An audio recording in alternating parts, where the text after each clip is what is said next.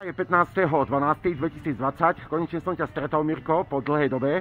Chcel by som sa ťa len, Mirko, spýtať, keď proste polícia Kysucké Nové Mesto v minulosti ťa nahovárala, aby si krivo proti mne svedčil, ja viem, že ťa do toho nutili, ja viem proste, že to robili pod nátlakom, lebo boli voči mne proste zaujatí.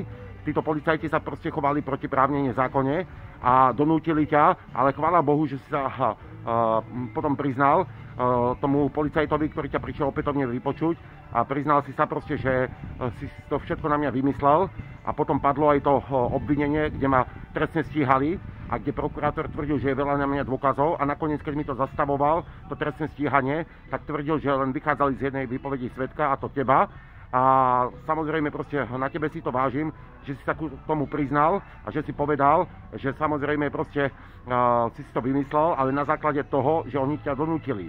Ale ide tu o tú vec, vieš prečo ťa vtedy nestíhali, prečo ťa teda nepotrestali táto krivú výpoveď, lebo sa báli, že pôjdeš proti ním, preto to nehali premlčať. Tak sa ťa chcem spýtať, že v skutočnosti ako to bolo? No tak ako hovoríš?